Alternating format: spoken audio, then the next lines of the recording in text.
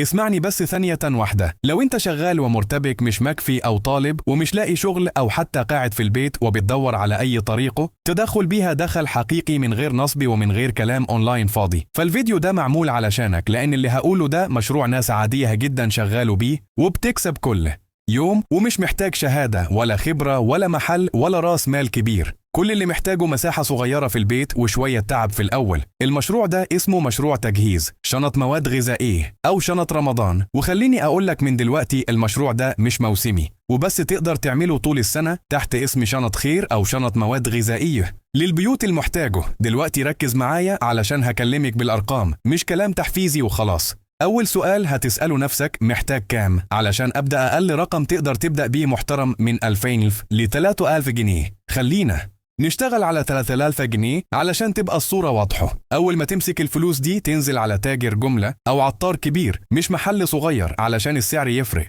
هتشتري إيه بالظبط؟ هتشتري 5 أصناف بس علشان ما تتلخبطش، سكر، رز، مكرونة، زيت وعدس أو فول. دلوقتي بالأرقام التقريبية، سكر 10 كيلو بمتوسط 300 جنيه، رز 10 كيلو بمتوسط 30 و50 جنيه، مكرونة 10 كيلو ب150 جنيه، زيت 5 لتر ب100 جنيه، عدس أو فول ب300 جنيه. كده انت صرفت حوالي 2500 جنيه، فاض معاك 2500 جنيه، سيب منهم 300 للتغليف وأكياس نايلون محترمة وكراتين لو حابب، والباقي سيبه احتياطي أو زود بيها كميات لما الدنيا تمشي ترجع البيت بقى وتبدأ تحضير الشغل. قبل ما تعبي أي حاجة لازم تقرر انت هتبيع بكام، ما تشتغلش بعشوائية. اعمل 3 فئات شنطة اقتصادية، شنطة متوسطة، شنطة عالية، مثلا شنطة ب150 جنيه، شنطة ب200 جنيه، شنطة ب250 جنيه. دلوقتي نبدأ نحسب الشنطة. ال150 هتحط فيها مثلا كيلو سكر، كيلو رز، نص كيلو مكرونة ونص لتر زيت.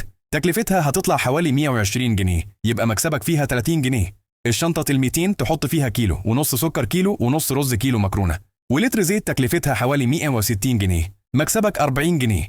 الشنطة ال150 تحط فيها 2 كيلو سكر، 2 كيلو رز، كيلو ونص مكرونة ولتر ونص زيت وعدس، تكلفتها حوالي 200 جنيه، مكسبك 50 جنيه. الأرقام دي بتزيد أو تقل حسب شطارتك في الشراء. دلوقتي بعد ما حسبنا المكسب نيجي لمرحلة التنفيذ. ترجع البيت وتبدأ تعبئة الشنط بنفسك. خلي المكان نظيف وحاول تصور الشغل، لأن ده محتوى قوي جدا ليك سواء على يوتيوب أو فيسبوك أو تيك توك. التغليف مهم جدا علشان الزبون يحس بالقيمة. ما تستهونش بالشكل، لأن الشكل بيبيع قبل السعر. دلوقتي نخش على أهم سؤال الناس بتسأله، هبيع لمين أول زباين عندك من غير أي مجهود؟ هم جيرانك، قرايبك، أصحابك، أي حد يعرفك. قولهم عندي شنطة مواد غذائية جاهزة وسعرها أقل من السوق. بعدها على طول تنزل بوستات في جروبات الفيسبوك بتاعت منطقتك وتكتب شنطة مواد غذائية جاهزة، أسعار تبدأ من 150 جنيه، توصيل سريع، وهتتفاجئ بعدد الرسائل، خصوصا ان في ناس كتير بتطلع صدقه وذكاه ومش عايزه تعب نفسها في الشراء والتعبئة كمان. ممكن تروح بنفسك لناس معاها محلات صغيرة او ورش وتعرض عليهم شنط للعمال. دلوقتي نيجي بقى للأرباح الحقيقية. لو اشتغلت 20 شنطة في اليوم، خلي متوسط المكسب 35 جنيه للشنطة، يبقى انت بتتكلم في حوالي 700 جنيه في اليوم، يعني في الشهر أكتر من 20,000 جنيه، وكل ده من بيتك ومن غير إيجار ولا فواتير ولا عماله. ومع الوقت لما الطلب يزيد تقدر تزود الكميات وتعمل 40 و50 شنطة في اليوم وتزود المكسب كمان. المشروع ده ميزته إنه قابل للتكبير، تقدر تزود أصناف تانية زي السمن والتمر والشاي وتعمل شنطة أعلى سعر، وناس كتير بتطلبها المشروع كمان. آمن، مفيش مخاطره كبيره، لأن المواد الغذائية بتتصرف وما بتبوظش بسرعة. دلوقتي خليني أقولك على غلطه ناس كتير بتقع فيها.